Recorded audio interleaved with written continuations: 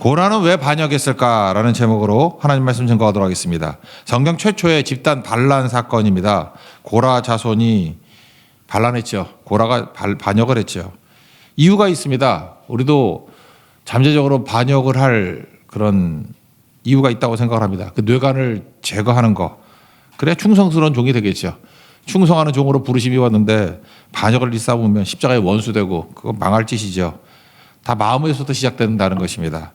여기 보니까 세 부류가 나오거든요. 하나는 고라 자손의 고라, 레위 자손의 고라. 그러니까 레위 자손이라는 게 중요한 거죠. 고라는. 또 하나는 르우벤 자손이라고 생각하는 세 사람. 다단, 아비람, 온. 그러니까 다단으로 대표합시다. 르우벤 자손. 또 하나는 250명의 이름 있는 지휘관, 그러니까 유명한 지휘관 250명. 이 세 부류가 있다는 것입니다. 각각 자기 위치에서 반란의 이유가 있다고 생각합니다. 우리도 이런 이유가 있습니다. 이거 제거해야 돼요. 세 가지인데 첫째는 시기심 때문에. 시기심은 어디서 생기느냐면 비슷한 조건에 있는 사람들에게 시기심이 생기는 거거든요. 그러니까 레위 자손의 고라, 그러니까 아론에 대해서 시기심 생겼겠죠. 뭐 같은 레벨인데 너는 하고 나는 못해.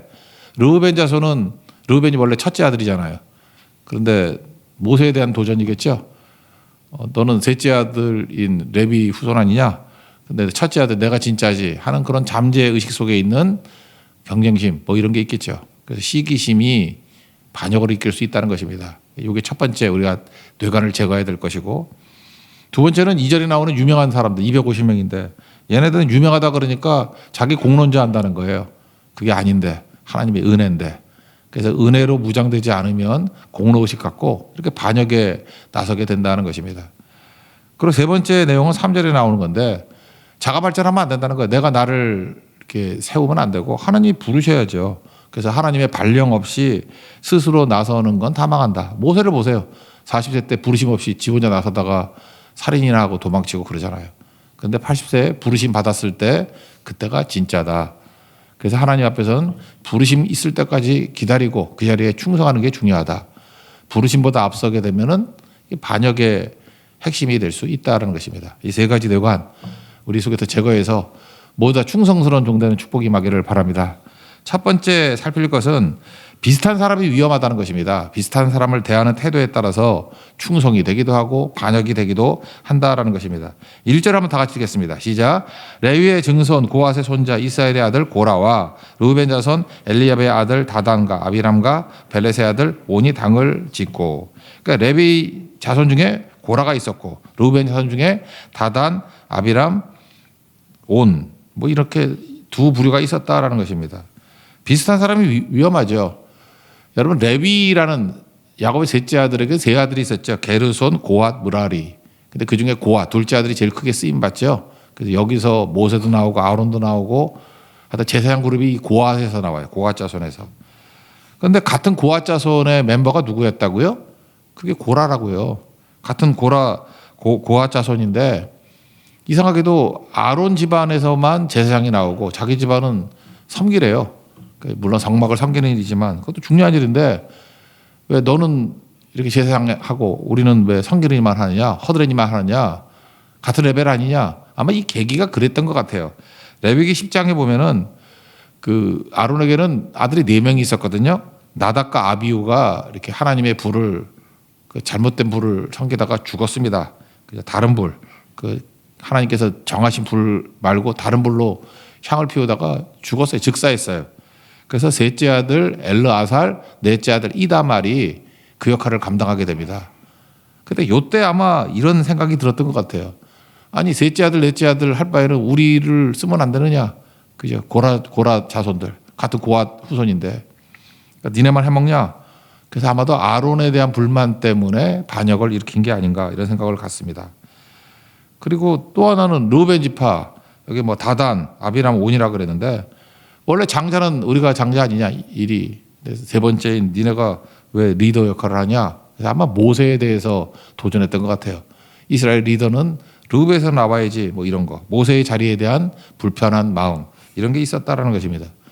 그래서 우리가 언제 반역을 하느냐 하면은 비슷한 사람과의 관계를 잘 맺어야 된다는 것입니다. 여러분 전교 1등의 최고의 대적이 누구예요? 꼴찌 아닙니다. 꼴찌는 관심도 없어요. 전교 1등을 하든 2등을 하든. 전교 1등의 최고의 라이벌은 전교 2등이죠. 그러니까 비슷할 때가 문제예요. 제가 어떤 성도를 보니까 정말 충성을 잘합니다. 교회에서도 관계가 너무 좋아요. 이유가 뭐냐? 후배들을 너무 잘 다뤄요. 후배 잘 다루고 초신자들 잘 다루고 그냥 처음 나온 사람들한테는 거의 뭐 신적인 존재예요. 너무너무 잘해서. 그리고 또 윗사람 얼마나 잘 섬기는지 깍듯하고 잘하고. 근데 이상한 게 뭐냐면 비슷한 동년배들한테는 사이가 안 좋아요. 그건 그 사람이 잘못해서가 아니라 원래 그런 거라니까요. 비슷한 게 위험하다니까요. 저도 살다 보면 선배들하고는 관계가 좋아요. 후배들하고 좋은데 그 비슷한 또래들하고는 항상 이렇게 견제를 받고 그런 게 있더라고요. 그거는 뭐 이상한 게 아니고 당연한 것이다. 이렇게 생각하는 게 좋다라는 것입니다. 그럼 그때 마음 드는 게 뭐예요? 경계심 갖고 시기 질투로 죽이려고 그러죠. 그러면 요한복음 8장 44절에 나오는 마귀 특징이죠. 죽이려고 하는 게 마귀 특징이고 또 하나가 거짓말하는 게 마귀 특징이라고. 잘 보면은 헛소문 퍼뜨리고 거짓말 퍼뜨리는 사람들 보면 그 비슷한 위치에 있는 사람들이에요. 서로 음해하고 넘어뜨리고 거짓말하고. 그럴 때마다 이유를 알아야 돼요. 저거 비슷비슷해서 저러구나. 시기심 때문에 저러는 거구나. 틀리지 않다라는 것입니다. 그래서 이거를 성화시켜야 된다. 이렇게 좋게 만드는 이유는 두 가지예요. 장점을 흡수해 버리면 돼요. 라이벌의식 갖지 말고 장점을 흡수하고 또 하나는 축복하고. 제가 비슷비슷한 또래들에게 있어서 경쟁심이 장점을 흡수하는 것으로 바뀌었던 케이스. 저는 제일 생각나는 게 그거예요. 신학교 1학년 때 신대원에 갔습니다. 갔더니 무조건 학교에서 뭐 자야 된대요. 전 집에 가고 싶은데. 그래서 하여튼 간에 저는 한 번도 집을 떠난 적이 없어가지고 힘들더라고. 기숙사 생활하는 게. 그리고 4명이 같이 생활하려고 그러니까 제가 제일 막내였는데 힘들더라고. 그래서 저녁 때마다 너무 서러워서 이제 가서 기도를 했어요. 목회자가 되려면 기도를 많이 해야 되겠다. 그때는 뭐 예배실은 멀리 있고 그 기숙사 꼭대기에 세미나실이라 그래가지고 꼭대기에 옥상에 기도실이 있었다고요.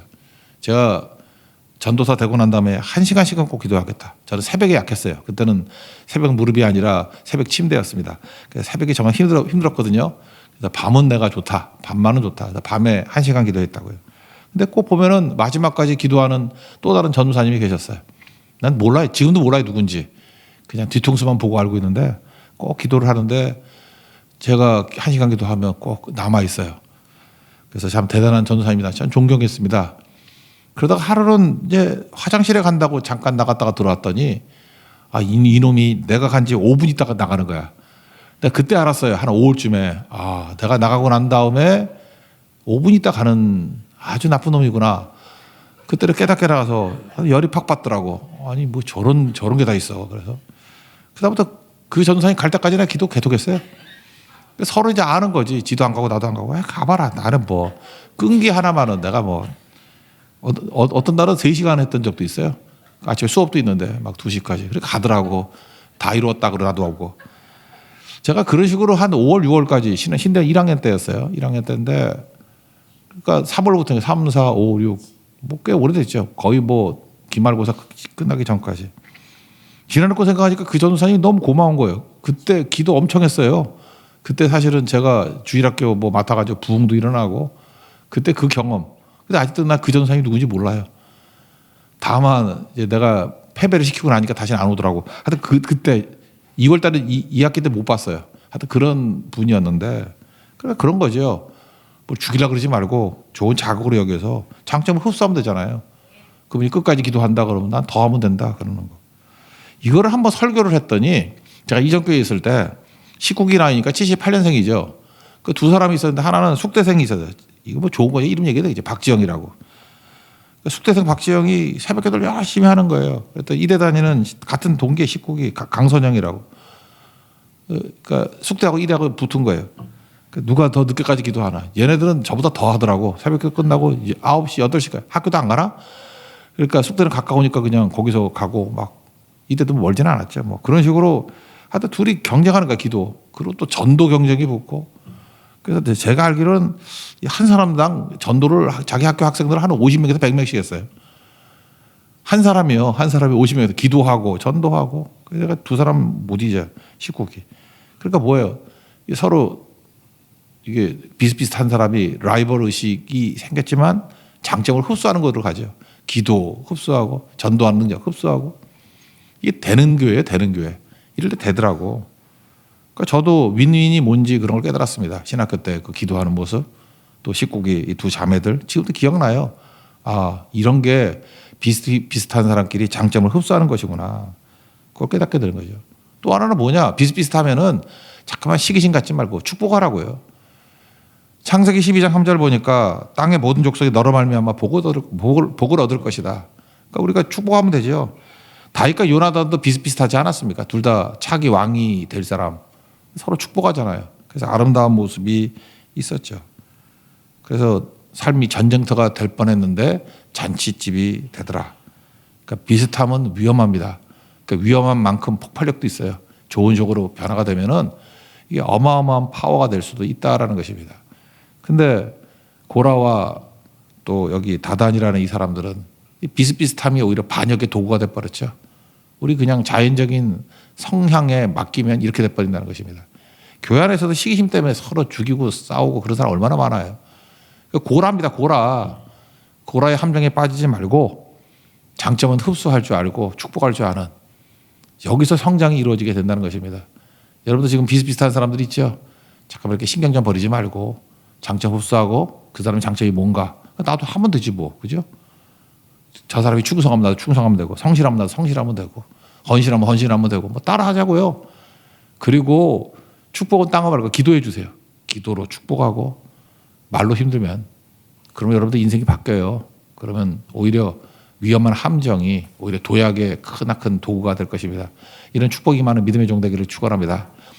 두 번째는 유명해지려고 하는 사람들이죠. 250명. 이름도 없어요. 2절 다 같이 읽겠습니다. 시작. 이스라엘 자손 총회에서 택함을 받은 자 곧 회중 가운데서 이름 있는 지휘관 250명과 함께 일어나서 모세를 거스르니라. 그러니까 고라와 르우벨의 후손들은 그래도 이유가 있죠. 뭐 나름대로 이유가 있어. 근데 250명 얘는 뭐예요? 이건 자기 이름을 내겠다고. 그러니까 유명한 자들이잖아. 이름 있는 지휘관이니까 유명한 자들. 그러니까 모세만 없으면 내가 더 유명해질 거야. 뭐 이런 거죠. 여러분 바벨탑의 내용이 뭡니까? 그러니까 유명해지다는 거 아니에요. 창세기 11장 4절 보니까 우리 이름을 내고 흩어짐을 면하자. 그게 바벨탑을 만든 목적이라고. 사람들은요 이름에 대해서 굉장히 신경 써요. 내 이름 어디가 있느냐. 내 이름을 내야지. 근데 여기 성경을 보세요. 250명의 지휘관들을 세웠던 이유가 있습니까? 없어요. 왜 이유가 없을까요? 진짜 이유가 없으니까.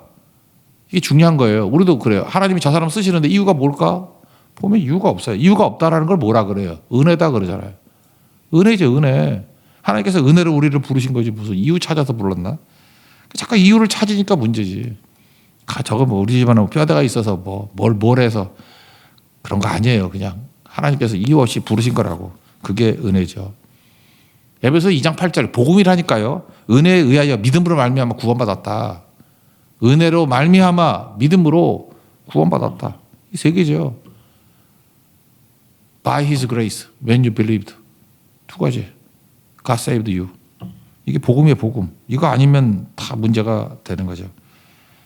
신명기 7장 7절 보면 외우기도 쉽죠. 이스라엘 백성들을 택하셨대요. 그랬더니 뭐 잘나서 택한지 아냐? 오히려 모든 민족 중에서 너희가 가장 작으니라. 신명기에 나오잖아요. 니네 택한 거 은혜지 무슨 공로 아니야. 공로 무슨 공로예요. 아무것도 없는 것들이죠. 저는 그렇게 생각해요. 우리 성도들 보면 참 그 훌륭하신 분들이 많거든요. 저는 맨날 이런 생각을 해요. 하나님이 나를 왜 목사로 시키셨나. 내가 목사로 부르심이 보니까 이 정도 하는 것 같아. 내가 평신도였으면 우리 교회 성도들 평신도보다 못할 것 같아. 어떤 성도 보면은 되게 힘든데도 불구하고 교회 섬기고 봉사하고 청소하고 뭐 밥도 뭐 해주고, 내가 만약에 평신도였으면 저럴까? 못할 것 같아. 몰라요. 저는 딴 데 모르겠지만 이게 가끔 나가다 보면은 화성이나 뭐 동탄 이런 데 지나가잖아요. 지나가는데 여기서 새벽기도 나와. 나 같으면 안 가. 그죠? 그래서 하나님께 목사를 시킨 거예요. 그래야 새벽기도 나오지. 그래서 잘 보니까 정말 훌륭들 해요. 얼마나 훌륭한지. 그리고 뭐 더 얘기하면 또 그런가요? 어떤 성도님은 그래 정말 겸손해. 어쩜 저렇게 겸손할까? 저 많은 것들을 하고. 난 그래요. 우리 교회도 보면 교육자들 시킨 이유가 뭐냐 하면 저 사람들 교육자 안 시키면 저렇게 안 믿어. 그죠? 평신도라면 저렇게 안 해.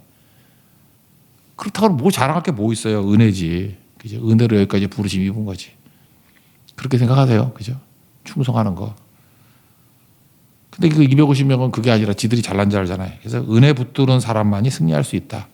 고린도전서 1장에 나오잖아요. 우리를 부르신 모습을 보라고.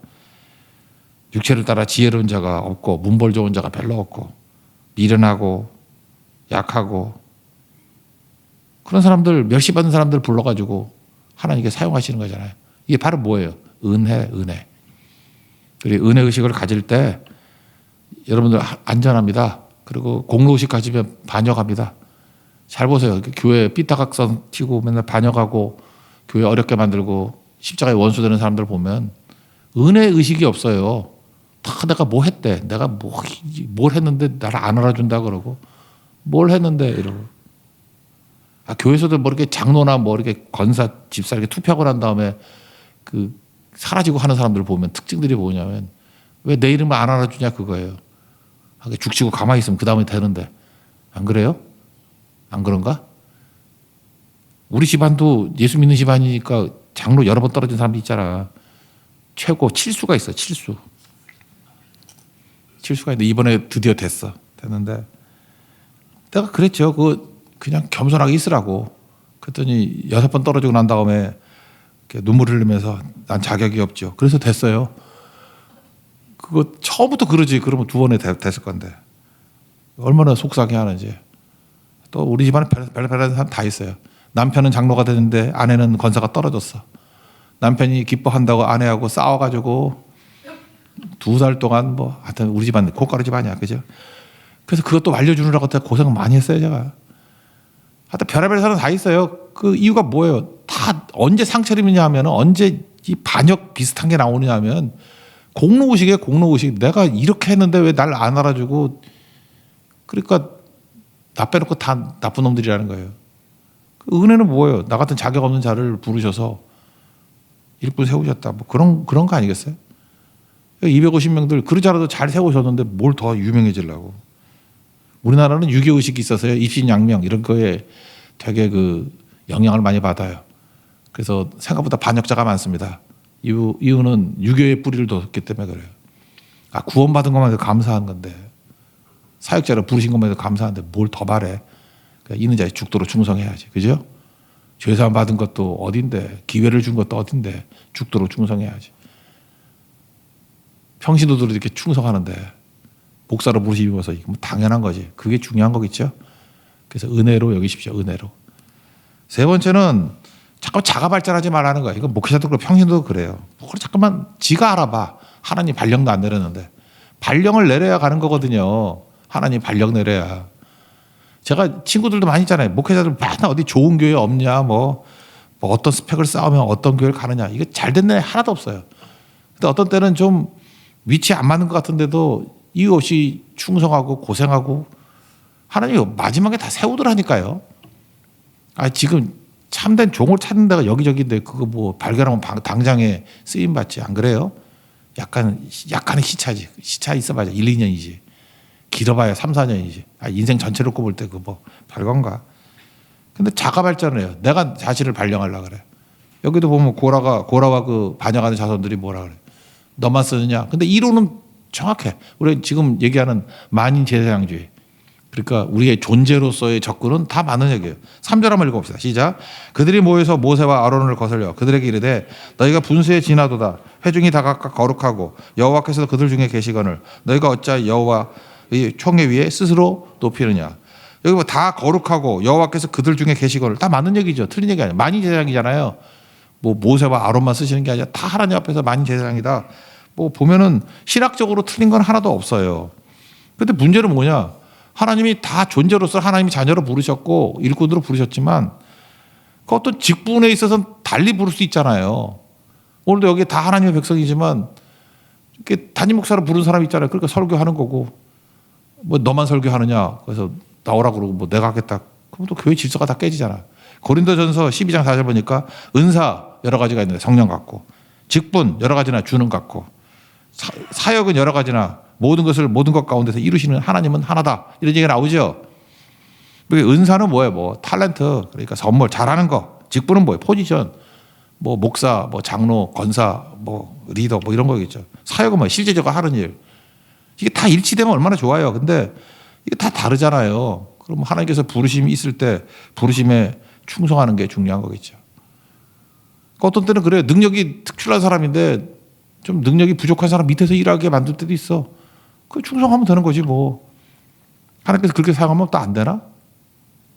D.L. 무디 목사님 좀 무식했어요. 그 밑에서 섬겼던 분이 R.A. 토레이, 우리 대장제 신부 할아버지. 얼마나 똑똑한 사람인지 알아요. 석학이에요. 그러니까 우린 보통 똑똑한 사람 밑에 좀 멍청한 사람이 들어가야 된다고 생각하잖아. 근데 하나님 그렇게 사용하지 아니하시고 드와이트 무디 구두 수성공을 쓰시고 그의 부족한 점을 똑똑한 R.A. 토레이가 보완하게 만들었어요. 좀 특이하죠.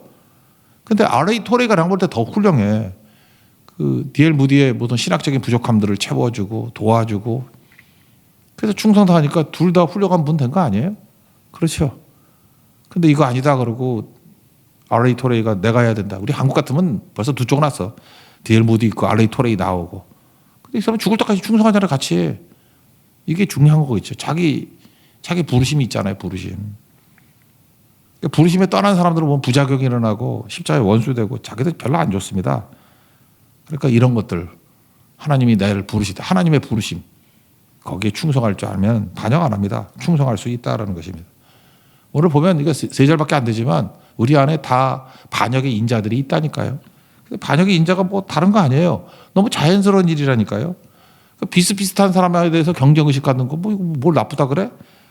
근데 그거 심해지면 바리새인 같이 돼버립니다. 바리새인 시기심은 예수님 죽였잖아요. 그러니까 장점을 흡수하십시오. 비슷하면은. 그리고 축복하는 거. 내가 볼 때 이 첫 번째만 넘어서도 우리 성도들 뭐 다 넘어선다고 생각합니다. 그다음에 공로 의지하지 말고 은혜. 유명해지는 거 의지하지 말고 은혜입니다. 그리고 세 번째 하나님의 부르심이 있을 때까지 지키고 계십시오. 그러면 충성스러운 종도 된다는 거예요. 오늘도 충성스러운 하나님의 백성으로 서 있는 축복의 성도 되기를 축원합니다. 자리에서 일어나겠습니다. 하나님의 부르심 찬양하겠습니다.